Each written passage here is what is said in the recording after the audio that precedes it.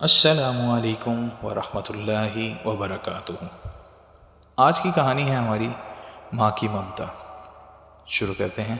हमें अम्मा जी उस वक़्त जहर लगती जब वो सर्दियों में ज़बरदस्ती हमारा सर धोती। लक्स, कैप्री, रेक्सोना किसने देखे थे। खजूर मार का साबुन से कपड़े भी धुलते थे और सर भी। आंखों में साबुन कांटे की तरह चुभता और कान अम्मा की डांट से लाल हो जाते। हमारी ज़रा सी शरारत पर अम्मा आग बबूला हो जाती और कपड़े धोने वाला डंडा उठा लेती, जिसे हम डुमनी कहते थे। लेकिन मारा कभी नहीं। कभी ऐन वक्त पर दादी जान ने बचा लिया, कभी बाबा ने, कभी हम ही भाग लिए। गांव की रौनकों से दूर ऐन फसलों के बीच हमारा डेरा था। डेरे से पगडंडी पकड़कर गांव जाना अम्मा का सबसे बड़ा शॉपिंग टूर हुआ करता था, और इस टूर से महरूम रह जाना हमारी सबसे बड़ी बदनसीबी। अगर कभी अम्मा अकेले गांव चली जाती तो वापसी पर हमें मरुंडे से बहलाने की कोशिश करती। हम पहले तो नन्हे हाथों से अम्मा जी को मारते, उनका दुपट्टा खींचते, फिर उनकी गोद में सर रखकर मुंह फाड़ फाड़ कर रोते। कभी अम्मा गांव साथ ले जाती ही तो हम उछलते कूदते खुशी खुशी उनके पीछे पीछे भागते। शाम गए जब गांव से वापसी होती तो हम बहुत रोते। हमें गांव अच्छा लगता था। माँ, हम गांव में कब रहेंगे? मेरे सवाल पर अम्मा वही घिसा पिटा जवाब देती, जब तू बड़ा होगा, नौकरी करेगा, बहुत से पैसे आएंगे, तेरी शादी होगी, वगैरह वगैरह।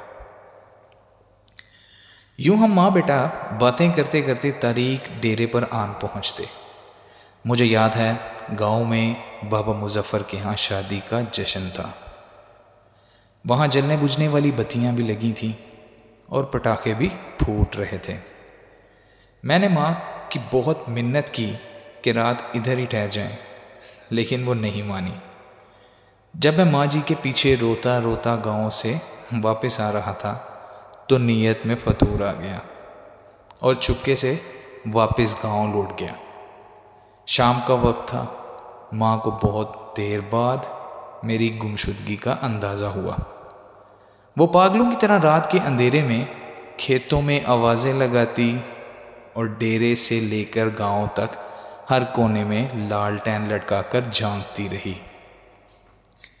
रात गई जब मैं शादी वाले घर से बाजियाब हुआ तो वो शेरनी की तरह मुझ पर हमलावर हुई। इस रात अगर गांव की औरतें मुझे ना बचाती तो अम्मा मुझे मार ही डालती। एक बार अब्बू जी अपने पीर साहब को मिलने सरगोदा गए हुए थे। मैं उस वक़्त 6 साल का था। मुझे शदीद बुखार हो गया। अम्मा जी ने मुझे गर्म चादर में लपेट कर कंधे पर उठाया और खेतों से गुजरती हुई 3 किलोमीटर दूर गांव के अड्डे पर डॉक्टर को दिखाने ले गई। वापसी पर एक खाले को फैलाते हुए वो खेत में गिर गई, लेकिन मुझे बचा लिया। उन्हें शायद घुटने पर चोट आई। उनके मुंह से मेरे लिए हस्बी अल्लाह निकला।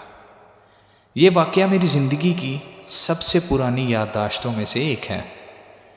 यकीनन वो बहुत हिम्मत वाली खातून थी और आखिरी सांस तक मेहनत मुशक्क़त की चक्की पीसती रही। फिर जाने कब मैं बड़ा हो गया और अम्मा से बहुत दूर चला गया। साल भर बाद जब घर आता तो माँ गले लगाकर खूब रोती, लेकिन मैं सबके सामने हंसता रहता। फिर रात को जब सब सो जाते तो चुपके से माँ के साथ जाकर लेट जाता और उसकी चादर में मुंह छुपाकर खूब रोता। माँ खेत में चारा काटती और बहुत भारी पंड सर पर उठाकर टोके के सामने आन फेंकती। कभी कभी खुद ही टोके में चारा डालती और खुद ही टोका चलाती। जब मैं घर होता तो मकदूर भर इनका हाथ बटाता। जब मैं टोका चलाते चलाते थक जाता तो वो सरगोशी में पूछती, बात करूं तुम्हारी फलां घर में?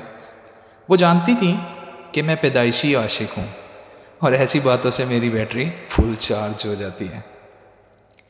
फिर हमने गांव में घर बना लिया और माँ ने अपनी पसंद से मेरी शादी कर दी।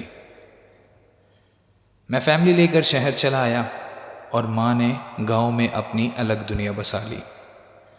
वो मेरे पहले बेटे की पैदाइश पर शहर भी आईं।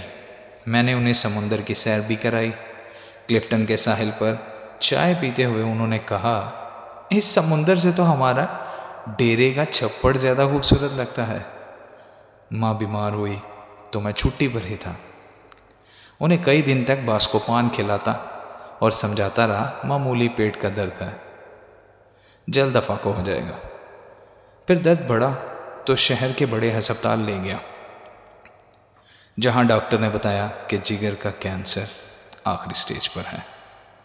खून की फौरी ज़रूरत महसूस हुई तो मैं खुद ब्लड बैंक बेड पर जा लेटा। माँ को पता चला तो उसने दुख से देखकर इतना कहा, क्यों दिया खून, खरीद लाता, कहीं से पागल कहीं का। मैं मुश्किल इतना कह सका, अम्मा खून की चंद बूंदों से तो वो कर्ज भी अदा नहीं हो सकता जो आप मुझे उठाकर गांव डॉक्टर के पास लेकर गई थी और वापसी पर खाला फैलाते हुए गिर गई थी। वो खिलखिलाकर हंसी तो मैंने कहा, अम्मा मुझे माफ़ कर देना, मैं तेरी खिदमत ना कर सका। मेरा ख्याल है मैंने शायद ही अपनी माँ की खिदमत की होगी, वक्त ही नहीं मिला। लेकिन वो बहुत फराग दिल थी। बिस्तर मर्ग पर जब मैं बार बार अपनी कोताहियों की उनसे माफ़ी तलब कर रहा था तो कहने लगी, मैं राज़ी हूँ बेटा, काहे को बार बार माफ़ी मांगता है। माँ ने मेरे सामने दम तोड़ा, लेकिन मैं नहीं रोया। दूसरे दिन सरबारी होने लगा तो कब्रिस्तान चला गया और कब्र पर बैठकर मुंह फाड़ कर रोया। माँ से बिछड़े मुद्दत हो गई। अब तो यकीन में नहीं आता कि माँ कभी इस दुनिया में थी भी कि नहीं। आज बैतुल्ला का तवाफ़ करते हुए पठानों और सूडानियों के हाथों फुटबॉल बनता बनता जाने कैसे दीवारे काबा से जा टकराया। यूँ लगा जैसे मुद्दतों बाद फिर एक बार माँ की गोद में पहुँच गया हूँ। वही सुकून जो माँ की गोद में आता था, वही अपनाइयत, वही मोहब्बत जिसमें खौफ का अंसर भी शामिल था, इस बार मुंह फाड़ कर नहीं, धाड़े मार मार कर रोया।